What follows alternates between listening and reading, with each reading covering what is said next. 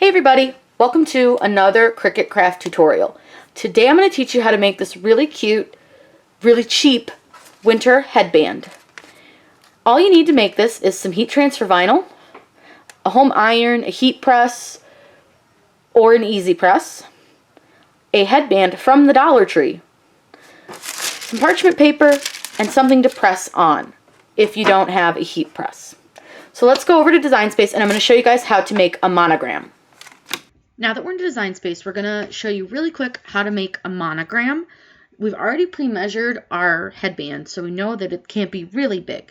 But let's go ahead and add our text. So you're going to do first initial, last initial, and then followed by the middle initial. Don't ask me why this is this way. It just is. I don't like it, but it is what it is. I'm going to make this bigger so you guys can see it. And what I do is I will ungroup my letters. And this is, before I forget to tell you, this is Monogram KK that I got off of defont.com. It's one of my favorite monogram fonts. I think it's really pretty.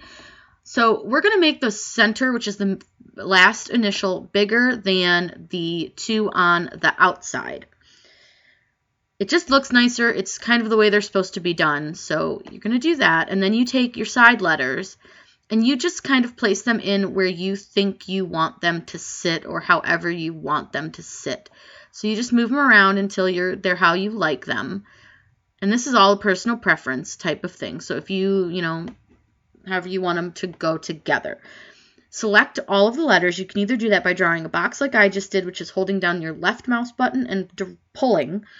Or you can select them over on this side by holding Control and clicking each letter.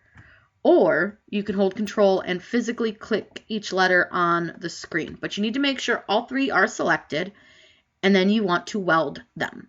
Welding removes any of the cut lines, so when you go to make this, you're not going to have any of those weird spaces in the letters, and it's not going to cut them apart. Now we need to size this down, and like I said, I know we have about 2 inches to work with, so it is going to be a fairly small piece, but when you're working with a small item, you need to make sure that you have the space. So it's about 2 inches tall and about a little over 2 inches wide. We're going to click Make It, and one thing you need to make sure is when you're working with HTV, so heat transfer vinyl or iron-on, both are the same thing, you want to mirror it.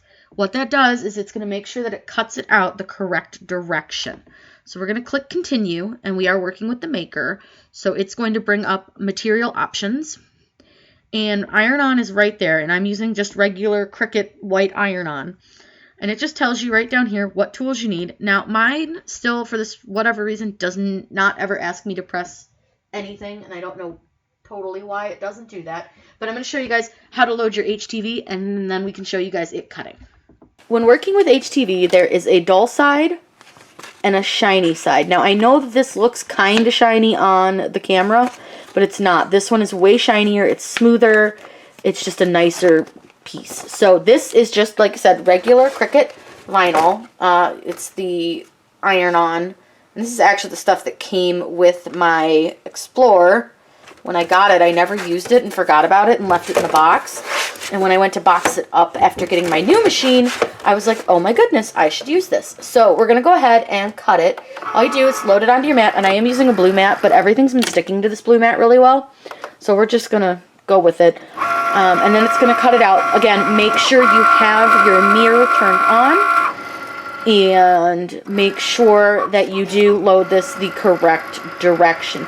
We're going to go ahead and let this cut it out, and then we are going to weed it, and I'll show you guys how to apply it. I've got our HTV all weeded, and so all we're going to do is place it on our item, which in this case is one of those fluffy headbands from the Dollar Tree. And then I put mine on a cookie sheet, and I do this so it's a hard surface and then it doesn't damage my craft table. Use a piece of parchment paper, and I cover the whole thing just to kind of keep it safe, because all I have is an iron. I don't have a heat press. So we're going to just use an iron.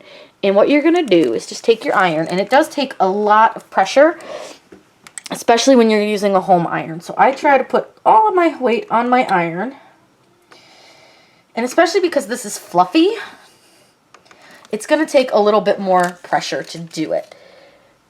And you'll notice that, see how it's kind of leaving a mark? This will go away once you are done with your design. So don't worry about it, no big deal. But I do like to check it for any kind of melting. That way, if it does melt, because it is from the Dollar Tree, so sometimes you just don't know what kind of, you know, product it is, so it could melt. So just watch it, and like, I like to take my time a little bit, and I don't press for the 30 seconds or anything like that. I will a lot of times just go in and press for just a moment or two, and then I let it cool for a minute, and I check it, and I go back and I press again. And try not to burn your hand. Working with an iron is one of those things. You just got to be careful. Also, while this is a steam iron, you guys can probably see that on the top. It does have the steam. We have no water in our iron and no steam coming out. If you're doing HTV, you absolutely do not want any kind of steam. So I'm going to go ahead and check it and just see if it's adhering at all. And it appears to be sort of sticking. Yes, it is sticking, but it's not fully stuck yet. And I do believe with this one, there were no directions. So I always see how it does with the hot peel first. And if it seems like it wants to just come right off, I'm going to let it cool and do a cool peel on it. So we're just going to go ahead and do this.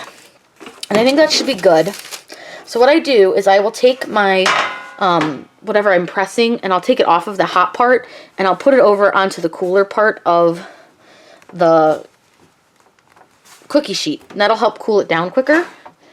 And that way you can even rub it on there if you feel like it's going to help, because it does sometimes. So we're going to go ahead and take a look, and hopefully it has adhered, and it should. This seems like it wants to stick pretty well, so the design's really cute. And like I said, once it cools down, this little, you see how the pressing lines are gone now? Hopefully you guys can see this. It's a little bit dark today. But there you go. So there is your headband with your monogram. These are great. These make wonderful gifts. This is from the dollar store. You cannot beat it. $1 and a little bit of HTV, and you have a really cool personalized gift. These are great for kids too, especially you can put all kinds of things on them. If you guys have any questions, please let me know in the comments down below. I'm always happy to answer those for you. Make sure you subscribe to my channel because I put out new videos all the time. If there's anything you guys want to see, please let me know. I make these because you guys ask for them. I hope you guys had fun learning how to make this awesome, super cheap, and easy gift for the holidays. These are great for birthdays, all sorts of things, even for yourself. Have a wonderful day and happy crafting.